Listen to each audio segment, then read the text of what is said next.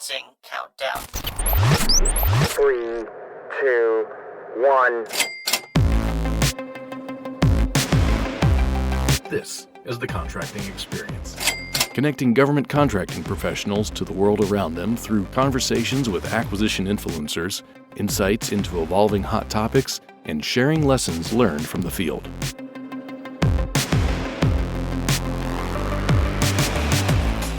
On this episode of the Contracting Experience podcast, we sit down with Brian Morris, who is a procurement analyst for the Air Force Contracting Field Support Team. He talks about how the Air Force Contracting Field Support Team can help competitive acquisition teams through training and guidance on competitive selection strategies. He discusses the focus on speed and his advice on how teams can set themselves up for success in competitive acquisitions. I hope you enjoy the conversation and really consider how resources like Brian and some of our more experienced workforce can provide knowledge and perspective to the development of acquisition strategies. Hello, today we have on the podcast Mr. Brian Morris, who is a procurement analyst providing field support to the contracting career field out there on behalf of SAF AQC. And he actually works out of Right Path, though, even though he works for SAF AQC.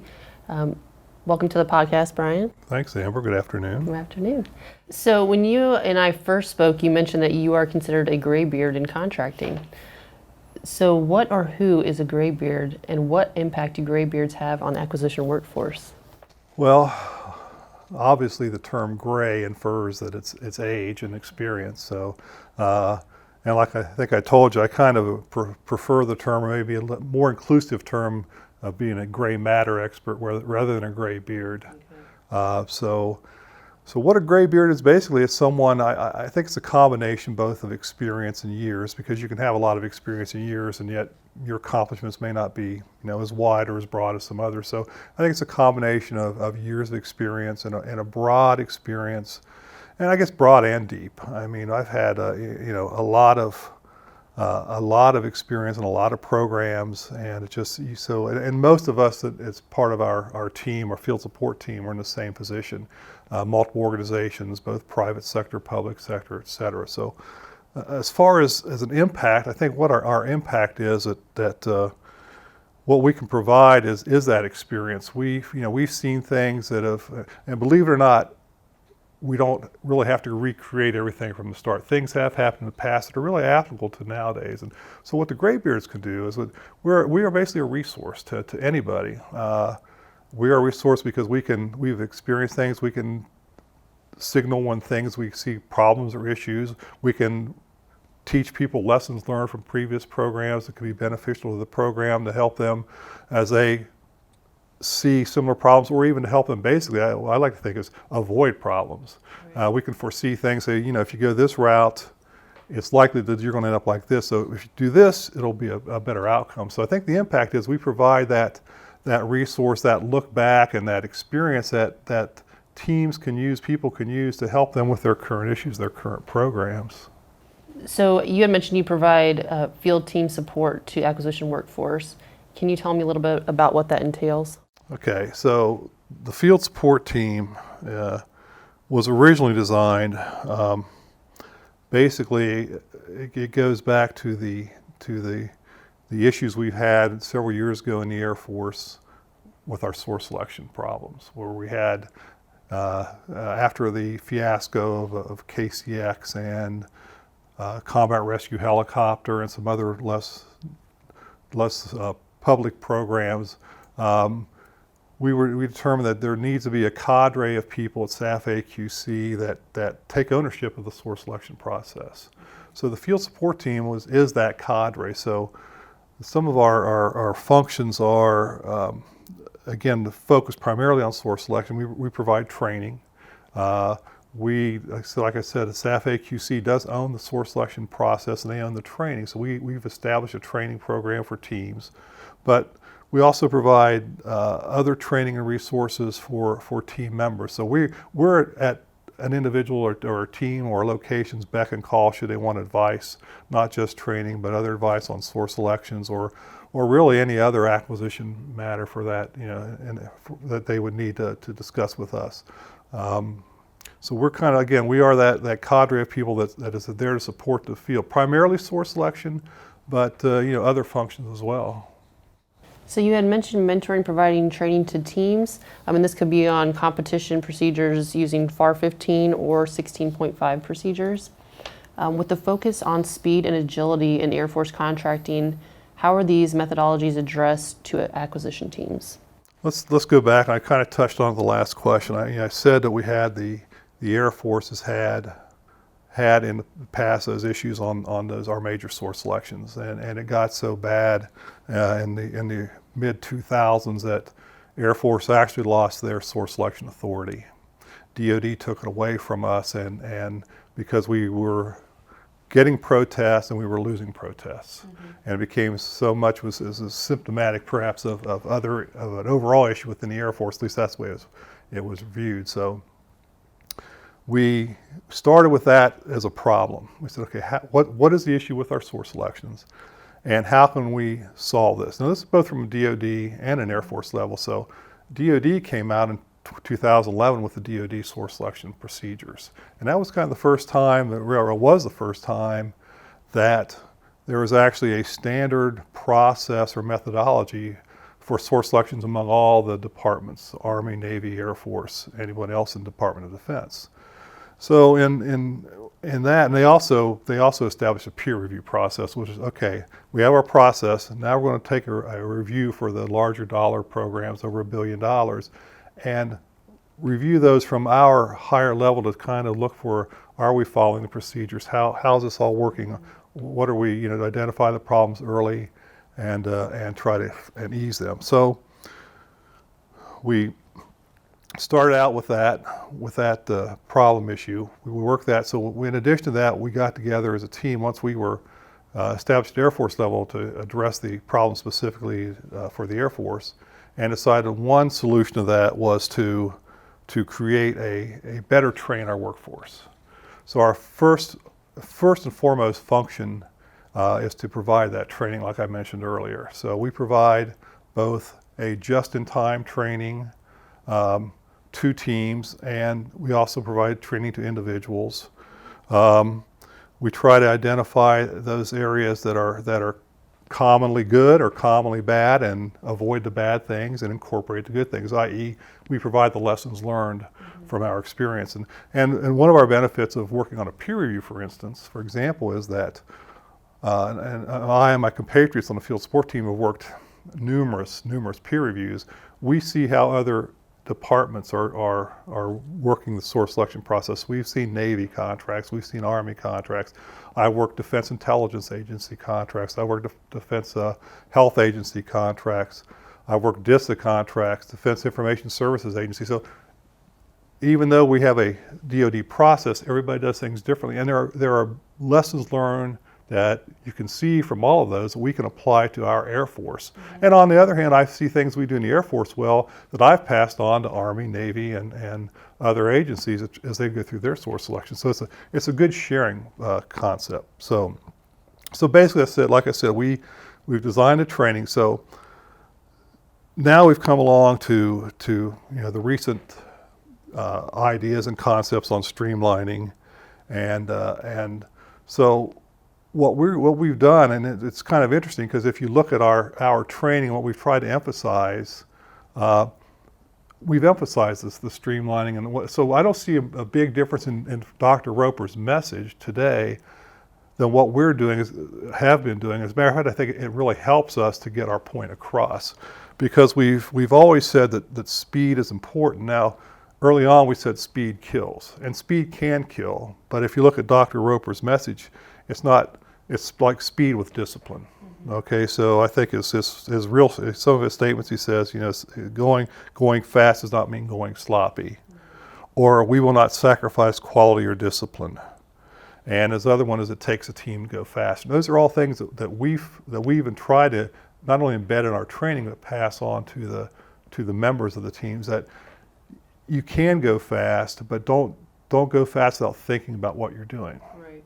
So some of the things that we found, and so you go through and you look at between all members of the field support team, we've literally looked at hundreds of source selections over the last few years. So we've kind of captured maybe, I think, things that certain teams share is what will a successful team look like. And so just to go through these, one is first, do a good job of understanding and clearly identifying your requirement. I mean, it sounds easy, sounds simple, but a lot of teams don't do that. They go on vague requirements. They haven't really done a lot of market research, and they really haven't identified that requirement clearly. So that is like number one. Two, and this is something we've always emphasized, and you'll see this in today's literature too, is simplify it. Let's simplify as much as possible. Don't keep your evaluation criteria to a minimum. Only focus on the key elements. Don't make it too difficult, because the more complexity you add, not only the more difficulty and the more work there is for the source selection evaluators, it also leads to potential areas of conflict when you do get a protest. And it's not so much we're going to, we can't stop the protest process, but what we want to do is avoid a successful protest. The other thing we found is that the successful teams have a strong team identity and a cohesive leadership. Now, those are areas a lot of people don't have control over, but if somehow you can keep that focus as a team and be cohesive as a team, they tend to work better. I've seen several dysfunctional teams, and their product, because of that, became dysfunctional. So there is, I think, a clear relationship between the leadership and the cohesiveness of the team and the product they put out. Also, teams need to make sure they take advantage of all the tools available to them. I mean, some teams will welcome, for instance, members of the field support team with open arms, and some people just want to, push us aside. So, and it's not just us. I mean, you have your local ACE offices, your acquisition centers of excellence. You have other people you can go to. I'd say so teams that use those to the maximum extent possible seem to do a good job, because then again, they get the benefit of perhaps lessons learned or things they haven't thought of. They get the advantage of seeing things or having people look at things and catch things they've missed. Right. I mean, it's incredible how many times you'll see a team put together and work on something for months and months and months, and you'll sit in and read it and you go, where'd you come up with this? And it's like, wow, we missed that. I mean, we just missed it. It becomes maybe a group think or whatever. So, and again, and then finally, it's just follow, after you simplify the process, and then follow it. I mean, don't change it. Don't make sure you evaluate the way you say you're going to evaluate.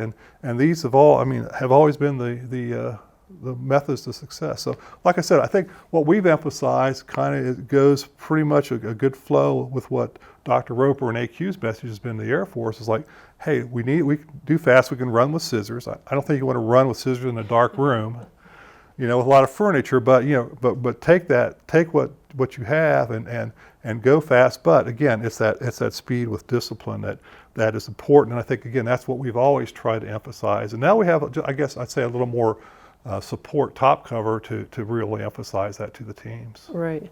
Well, kind of pulling on what you said about support for the teams. So I actually, prior to this job, I worked in simulators, and one of my teams was the C-17 Sims team, and we were looking to go into source selection, FAR 15 procedures. They had, in the past, used FAR 15 procedures, but we actually had it, a vehicle in place to use FAR 16. So we briefed up to leadership doing that, and credit to Miss Vicki Fry, who actually just retired, but she was the contracting lead for Agile Combat Support, and she actually really supported us doing that, even though this was for a lot bigger effort, and it was going to be something that they'd done on a smaller scale. This was going to be the first time on a more complex program in SIMS. And she was very supportive in doing that, as long as we had thought through the process. Kind of some of the things you talked about, understanding our requirement, making sure we knew what our factors were going to be. And then she made a good suggestion on put it into a flow chart, like figure out what's going to happen if you decide to go this way or that way. How are you going to do that, and use your evaluation procedures with that flow chart to be able to walk your team through that, so you can say, well, if we get proposals in like this is what we're going to do. And I think it really helped the team to figure out, okay, well, here are some areas where, like you said, they might have been so focused on, we need to get this going and this is the direction we need to go into. But then when you start looking through different scenarios and getting people on the outside saying, well, did you think about this? Did you think about that? That really helped them work through it to be able to make a successful award in the end without a protest, thankfully. So, most definitely. I mean, that's You made a couple of really good points. One thing you just jogged my memory on is that, we don't strictly look at the 15.3, FAR 15.3 source selections now. We've also developed some training, which is going to be, if it's not posted already, it will be soon on 16.5 fair opportunity. And a lot of folks at Wright-Patterson, since there's such a robust ACE office over there, may not use us as much, but where we've really found, I guess, a strong need is we go out to some of the operational places because they don't have that robust ACE. They don't have that support. So we're able to provide them. There's a big Air Force out there, and having grown up in Wright-Patterson, I know that the perception here is that this is the mother church of acquisition, and systems acquisition and systems contracting. Whether we're talking about SMC or here is also the mother church. But when you got some of these operations, it's a big Air Force, and we've been able to train teams from like USAFE and PACAF and a lot of places around the country. Some of these bases like Nellis and Minot and Barksdale, so places where they don't have that support system, that support structure.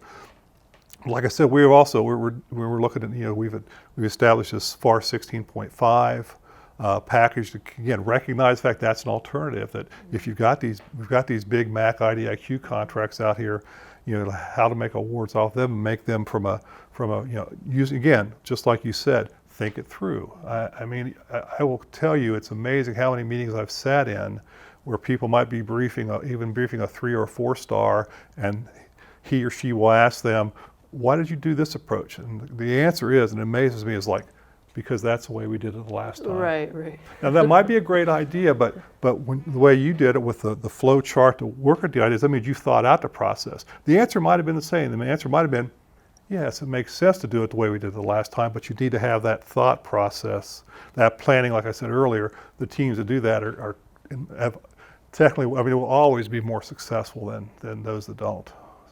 And so for those teams out there that might be in a different command or might be on an operational base that doesn't have an ACE, Acquisition Center of Excellence, how do they get in touch with the field support team folks?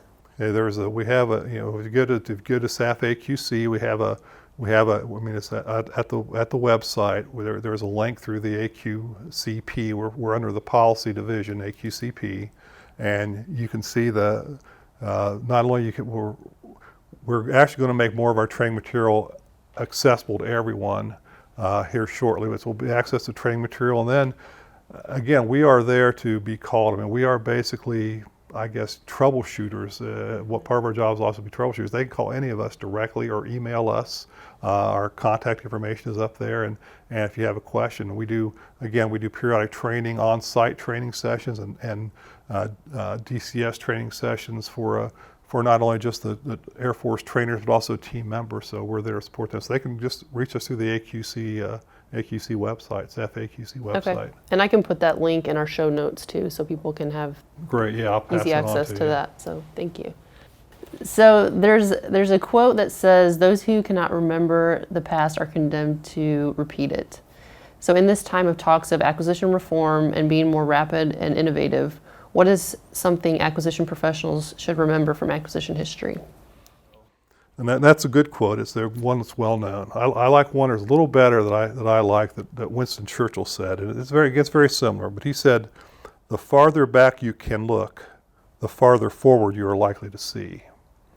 And I like that because this, I think, better captures what we see in DoD acquisition, because typically I think our tendency is we look back in shorter periods, say like 4 to 8 years, perhaps based on the presidential election cycle, because when a new administration comes in, they change the focus, they may change how we're going to approach things, they may increase our funding, they may decrease our funding. So we seem to be attuned more to a shorter 4 to 8 year cycle than looking way back. So again, I think it's important that we do look back, because the problems we have today, although the environment may be different, the technology is different, what we're buying may be a little different, the basic acquisition procurement process hasn't changed since I've been here, in 44 years. I've lived through lots of acquisition reform. I've seen it from back to the Packard Commission, which I wasn't around then, but it was talked about then, to things like total quality and zero defects and et cetera, et cetera, et cetera. And I will tell you that not one of these reform programs ever had the goal of slowing down the process or getting things with less quality. So they've always been improvements. So I think that the takeaway that we have to have is that we've always want to find ourselves. It's good to, again, understand that where we've been, like I said, to know where you're going. So you know what okay, and let's talk about what's happening now. So what's different about today? Well, I think there are some differences. And I think one of them is it's the AQ, again, it's at a higher level. I mean, it's the support is from the president on down. We're going to do things quicker. We're going to eliminate as many rules and regulations as we can that aren't in statute, which is good, because now if we could just slow down Congress from passing laws that affect us, that would make our lives easier. But again, what I see as far as that makes this one a little different is the ability to use some of these different acquisition authorities that have come down, like the other transactions and the 804 authorization, which hopefully will speed up that process, because we have gotten really to lag in being able to, from time to requirements identified, to fielding that system. Now, if this works, and I really feel optimistic that this is going to be different from some of the other ones. In fact, it's focused on that process and really a lot of push, a lot of top cover. So I think that this one will be good. And I guess it's, again, it just goes into the fact that, okay, we've always talked about streamlining, and I said it's consistent with our message that we've had as far as from the source selection perspective field support team. But now we have additional support to do that streamlining. So take those lessons from the past. The failures have been to really to consistently follow through and to then take just part of the message, like speed is important. Okay, let's just do it fast. Right. And again, that's where speed will kill you. If you take the speed with the discipline, you take the speed with the quality, right, you take advantage of those authorities we have, then the product we have, we'll have those more successes, because the big issue is we'll do well until, or say unless, and hopefully it doesn't happen, we have one big failure. And then the problem is we'll overreact. Right. We'll start saying, oh, let's just stop everything. And it's not so important to understand where we're going, develop that process, that plan to execute it properly, and then get it on contract and have a successful program. Because we really do need to do a better job of getting this successful programs. So this will be like the last question that I ask, kind of wrap it up. But I would say with 44 years of service, you probably don't have to be here. So what is it that you enjoy about your job, or what's your favorite part? You keep throwing in that 44 years. That's awesome. I'm feeling old. You're experienced. Yeah, I started when I was 12. That's right. So what I really enjoy, honestly, is being able to really directly work with the individuals and the teams as they're going through this process. I mean, I really like to help them, because we bring to the table, again, that experience to apply. But it's just that the other thing I like is that every time I work with the team, I feel like I try to learn something. So it's important, and I typically do. I will always learn something new, and I get encouraged by the exuberance and the enthusiasm. I never want to try to tamper that down, but sometimes you have to inject a little bit of realism into it. Say, hey, think about this, look at this. But I really just enjoy working with the teams for wherever. And again, you see, in this position, I'm able to see things I really didn't see in my career as a negotiator, as a PCO here. Because, for example, I did a training at USAFE last spring, and I worked with some folks at Lodges, Air Force Base in the Azores. And their big program was a construction contract on the base for a $300,000 building, I think it was. So it was one of their largest building projects, but to them it was everything. Right. Some of the things we look at was nothing, but I'm looking at some of the issues they have. First of all, okay, haven't done a lot of construction, but there we have construction on an island in the middle of the Atlantic, where some of the bidders are coming from Portugal, and they have issues like how they get material, how they operate within the local law, rules and regulations, the laws of the islands. But this is pretty cool. I mean, this is really some interesting stuff. So I'm exposed to things that I've never seen. Frankly, it's still exciting. I like to do it. I like to be able to help. I like to be able to, again, push my knowledge down and kind of give back, I guess, after this time, and still be involved in a way with the program. So. Well, Brian, I want to thank you for coming on the podcast today. I thought it was a very interesting conversation. I appreciate you inviting me to it. And again, I just want to put an ad in for the AQC field support team and get the message out to the folks that we are there to assist them. Please don't, I remember when I was a young buyer, I would probably be too afraid to call someone from staff, but we're here to help and we're available. So please, reach out and touch us. Great, thank you. Thank you. If you have suggestions for topics or people to interview or feedback on the podcast, you can submit those at thecontractingexperience@gmail.com. I want to thank you all for listening to the Contracting Experience podcast. Until next time, keep connecting to the world around you.